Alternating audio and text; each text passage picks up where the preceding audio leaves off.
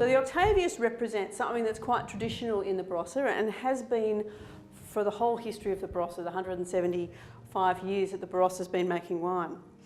The blending of the warmer, richer components of grapes and hence wines with the cooler, more aromatic characters that come from the Eden Valley.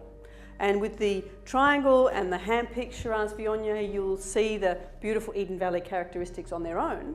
In the Octavius, you get to see them overlaid on top of the Barossa Valley.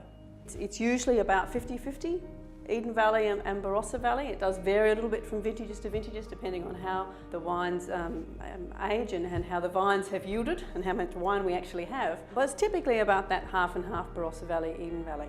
Quite rich, quite a full-bodied style of wine as you would expect from the Barossa.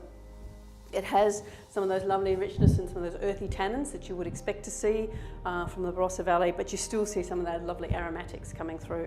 That now that you know, you'll see that come from the Eden Valley part of the blend. We age the Octavius in barrels that are coopered in our cooperage, so the only cooperage in the Southern Hemisphere that's owned and run by a winery. And what makes the Octavius unique is that we make a special size barrel for these. We call them octaves and they only hold 100 litres. 100 litres is about just under half the size of a traditional barrique, so quite small. So the balance that we use is very important. About 40% of them are new each year and the rest have been used for previous vintages of the Octavius.